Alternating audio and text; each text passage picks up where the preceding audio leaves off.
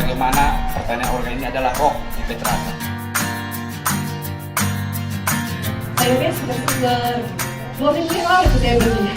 Sampai sekarang cabenya masih bagus.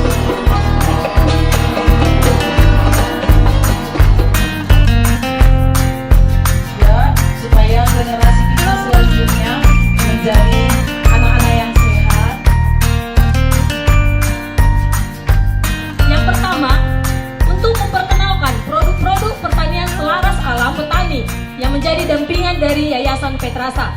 Yang kedua, meningkatkan minat masyarakat Kabupaten Dairi untuk menjadi konsumen dari produk pertanian selaras alam. Yang kami sayangi dan banggakan, seluruh anggota dampingan Petrasa, yaitu Perhimpunan Petani Organik Dairi yang setia dan tetap bersama Petrasa untuk menghasilkan produk pertanian yang alami dan sehat, serta para hadirin undangan yang lainnya yang kami banggakan semuanya. Selamat datang. Sepatutnya kita panjatkan puji dan syukur kepada Tuhan Yang Maha Esa karena kasih dan anugerahnya kita bisa berkumpul di tempat ini.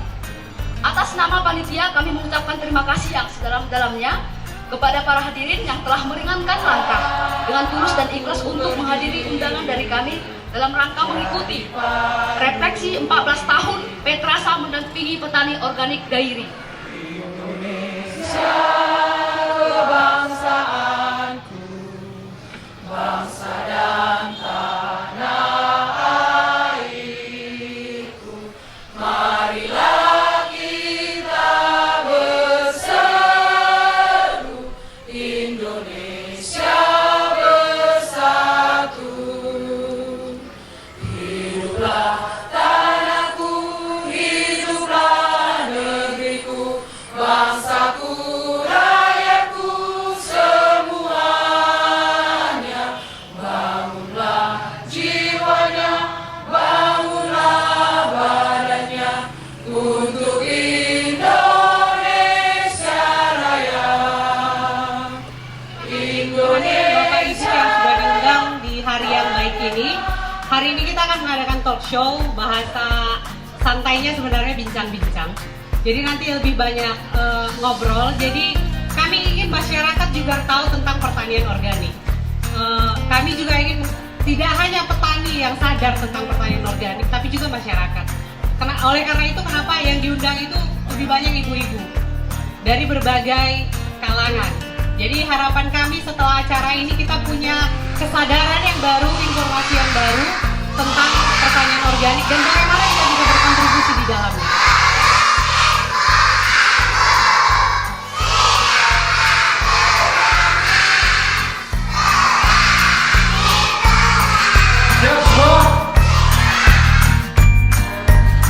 Siapa makan permen, kantongi bungkusnya.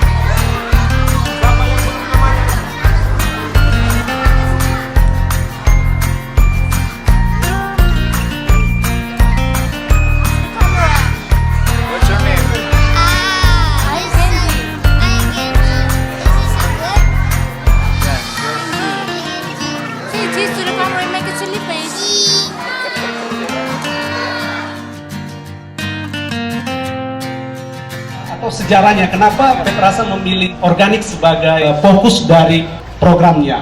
Bisa diceritakan dulu Bang Getun, dan kemudian nanti coba ceritakan apa upaya-upaya yang sudah dilakukan oleh Petrasa dalam pertanian organik. Silakan Bang.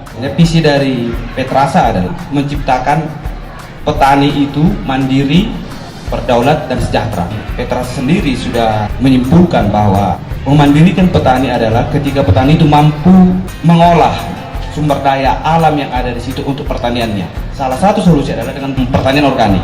Dengan alasan banyaknya petani-petani yang kita lihat sangat ketergantungan terhadap pabrik-pabrik pupuk kimia, baik itu pestisida, obat-obatan. Kita mengadakan pendekatan kepada petani. Sebenarnya di alam itu sendiri, di lahan mereka itu sendiri banyak sumber-sumber daya alam yang bisa kita gunakan sebagai pestisida, zat perangsang atau vokasi. Itu titik awalnya kita masuk ke desa. Jangka panjang sampai sekarang ini banyak kader-kader kita yang kita lakukan di pertanian, bahkan dia menjadi teladan di desa itu sebagai pelaku, bukan hanya sebatas teori. Kita buat di beberapa desa 105 kelompok. Di tiap kelompok itu kita ajarkan mereka, biarlah petani itu sendiri menjadi contoh di desanya atau di kelompoknya. Dari situ mereka mulai menerangkan karena dampak dari pertanian organik itu bukan hanya sekedar bagaimana supaya dia sehat. Artinya kami menganggap bahwa ini masa depan kalian.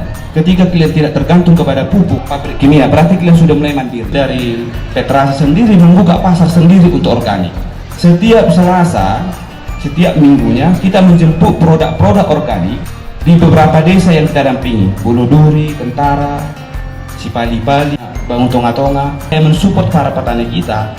Mereka jangan berhenti di pengelolaan, memang agak rumit, tapi kita buat harga tersendiri untuk produk mereka, dan kita pertemukan antara produsen dan konsumen, di mana para produsen kita, produsen pertanian organik itu kenal dengan para konsumennya. Metode pasar yang kita pakai itu fair trade, dan yang menjadi pembuat kontrak adalah petani sendiri dan pemilik rumah makan sendiri. Jadi roh untuk bertani organik itu ditemukan mereka, karena kita juga punya prinsip pada petani maupun pendamping. Moto kami, apa yang kita tanam, apa yang kita jual, biarlah saluran berkah, bukan menjadi penyakit pada para konsumen.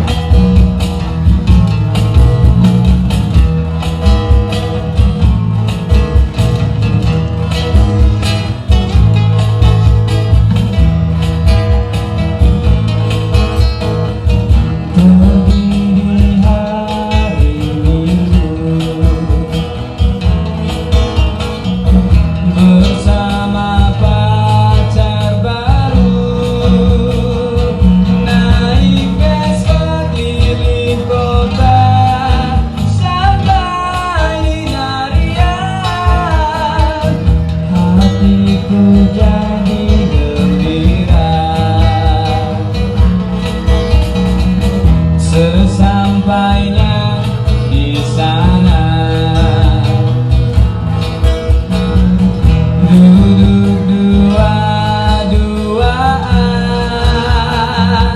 makan roti buaya dengan lagu kita. Hatiku jadi gembira.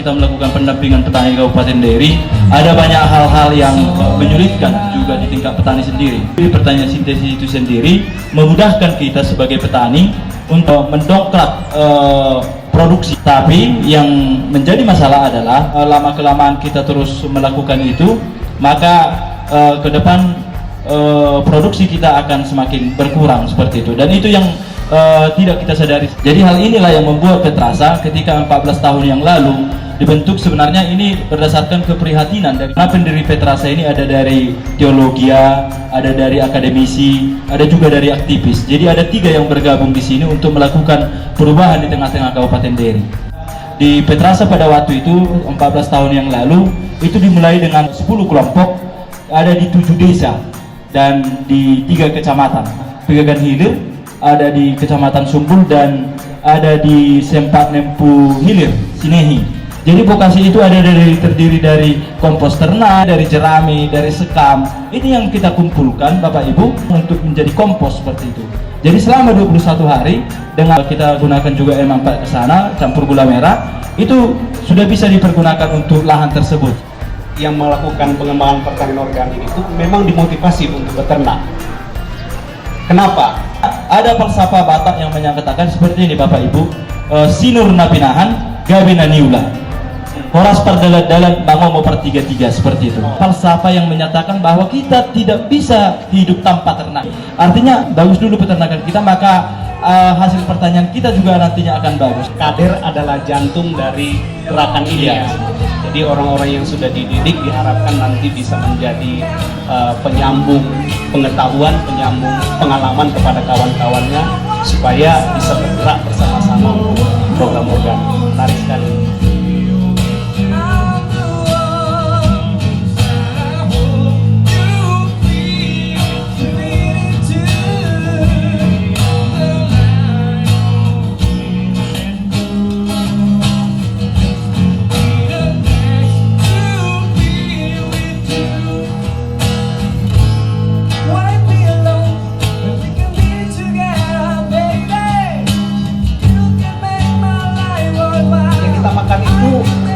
Sehat, ada standarnya. Apa ukuran yang ditetapkan oleh pemerintah? Motonya Dinas Ketahanan bergizi, beragam, seimbang, dan aman. Salah satu untuk pencapaian aman itu sudah dilakukan oleh Petrasa melalui budidaya pertanian yang sifatnya organik. Itu salah satu faktor untuk pencapaian aman. Tapi dari sisi beragam dan seimbang, kalau secara umum Pak, pola konsumsi masyarakat Indonesia yang diharapkan untuk sehat itu adalah 60-70% kandungan makanan bersumber daya karbohidrat, kemudian 10-20% sumber makanan mengandung kalori bersumber protein, boleh nabati, boleh hewani.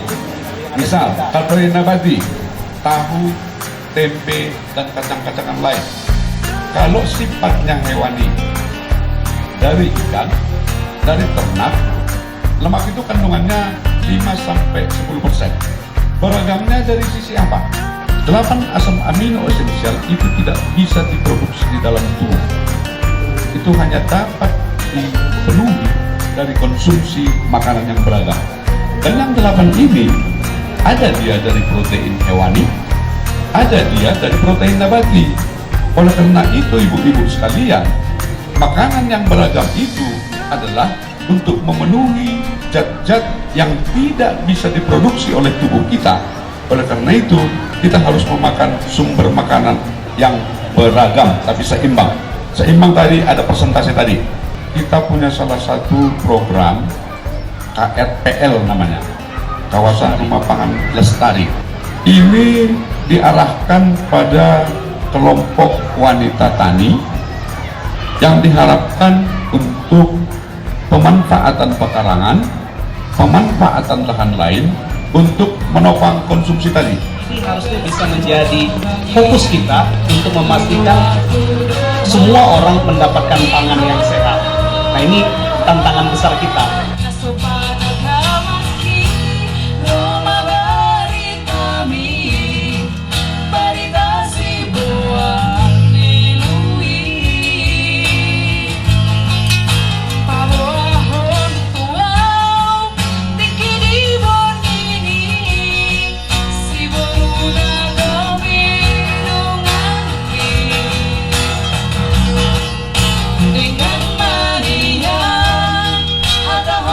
Dinas Pertanian adalah induk dari yang kita ceritakan ini. Tentu ada banyak hal yang sudah dilakukan dan mungkin sedang dikerjakan untuk memastikan pengembangan pertanian organik. Program nasional 1000 desa organik. Itu gimana Pak ya capainya sekarang? Nah, Dinas Pertanian Kabupaten Dairi sebagai satu lembaga teknis selama ini bertugas melakukan pendampingan, pembimbingan, fasilitasi. Ada NGO, ada pemerintah, khususnya kita satu. Canangan Menteri Pertanian kita dan Permentan nomor 64 tahun 2013 ada ditargetkan memang 1000 desa organik. Bagaimana untuk mengurangi ketergantungan petani kita terhadap pupuk anorganik atau pupuk sintetis yang disebut pupuk kimia atau pupuk tomo kata petani kita. Sebenarnya pemerintah walaupun juga menyalurkan pupuk-pupuk subsidi yang sifatnya anorganik atau kimia itu dibarengi dengan paket pupuk organik. Nah, jadi pendekatan pemerintah kita secara bertahap, tidak langsung membuat pertanian itu tiba-tiba organik gitu ya. Kemudian ini yang sudah dibantu pemerintah ada sebanyak 133 dengan masing-masing 100 juta dana perangsang untuk modal usaha tani. Barangkali ini agak jalan. Nah, kadang-kadang dituntut ke kita kenapa gagal. Nah, gagalnya di sinilah. Masih perlu kita kesadaran petani kita ini kita tumbuh kembangkan bagaimana membangun pertanian kita ini khususnya agribisnis ini, karena apapun ceritanya pertanian ini harus mendatangkan keuntungan, tapi tidak semerta-merta bertani semau gue. Bapak Ibu, kita beri aplaus kepada keempat narasumber ini dulu yang sudah berbagi. Oleh saudara Jetun Tampu Bolon, dia tidak hanya bicara, Petrasa tidak hanya bicara, tetapi kita punya langsung hasil daripada pertanian organik yang langsung diolah oleh para ibu kita yang ada di sini. Tepuk tangan yang meriah dong. Kami sangat bangga kepada kalian ibu atas kerjasama kalian sehingga hasil daripada organik bisa kita pamerkan untuk Petrasa P.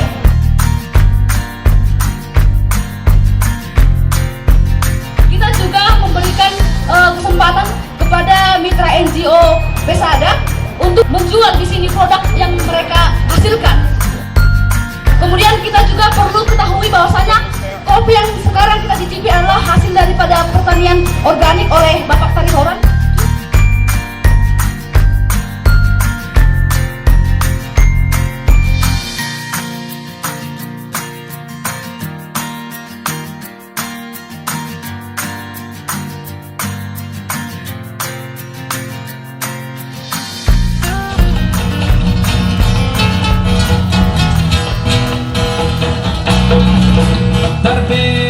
Terberengau marsitio padang ako, terberengau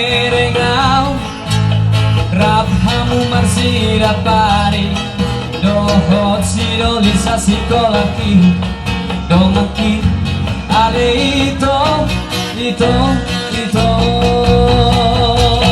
dan namang orayao marhaleng tutudong aki alay balula joholoki naungi udugmi. Merasa bangga tentang Petrasa karena Petrasa secara langsung mendukung kami tentang pertanian selaras alam atau pertanian organik. Kami memulai pertanian selaras alam sejak 2012. Tanaman yang kami tanam adalah padi dan sayur-sayuran.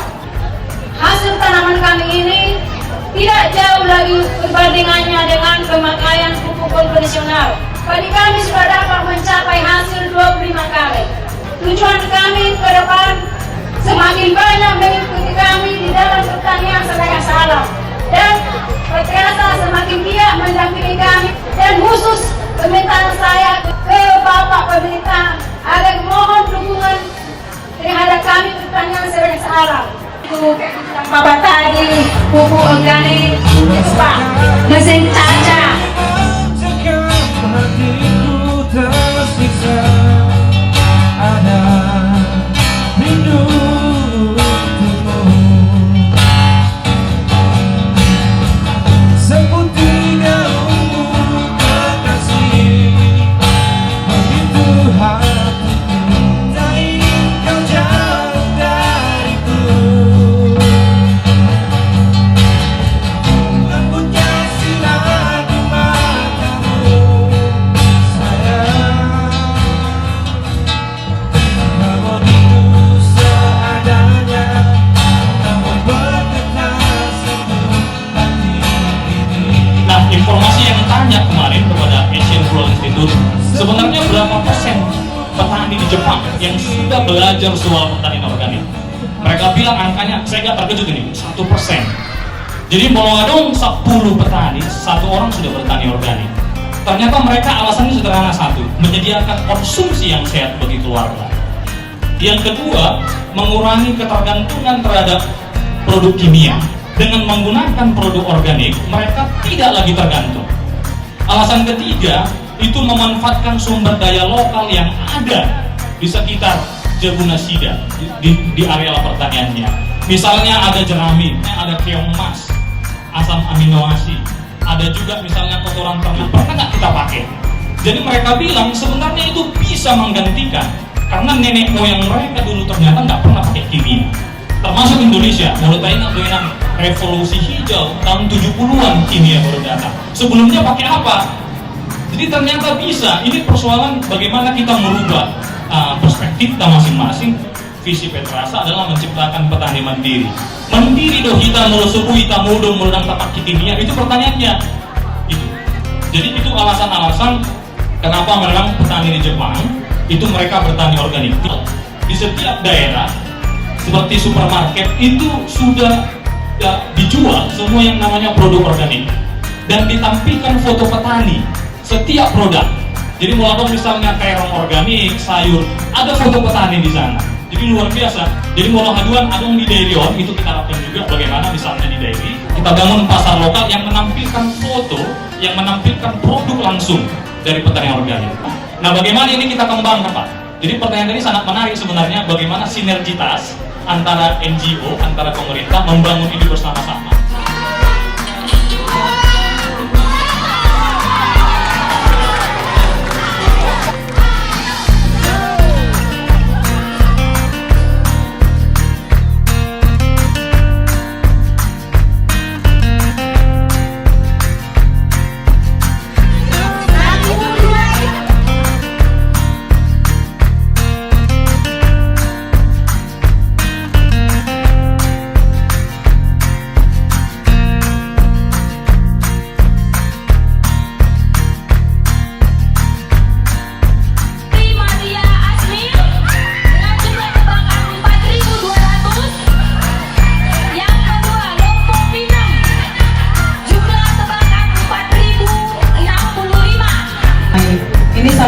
Tertarik ya buat saya sebagai ibu rumah tangga, terutama buah-buahannya.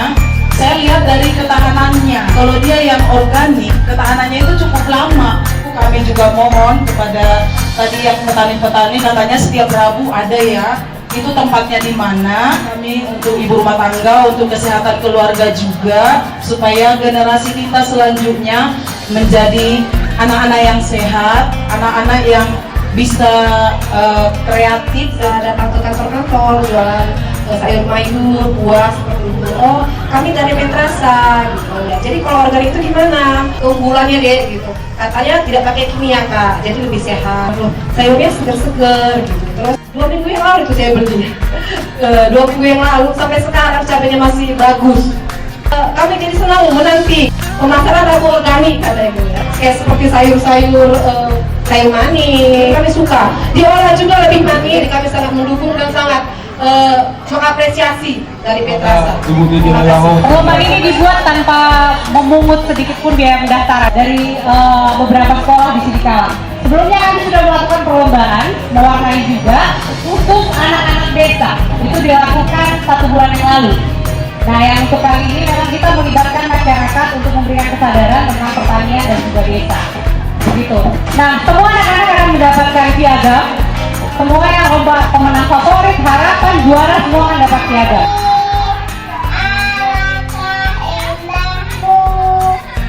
Dengan diperolehnya kejuaraan ini, mereka bisa meningkatkan kreativitas dan dapat membangun negara kita. Ciptaan Tuhan. Untuk kalian juga.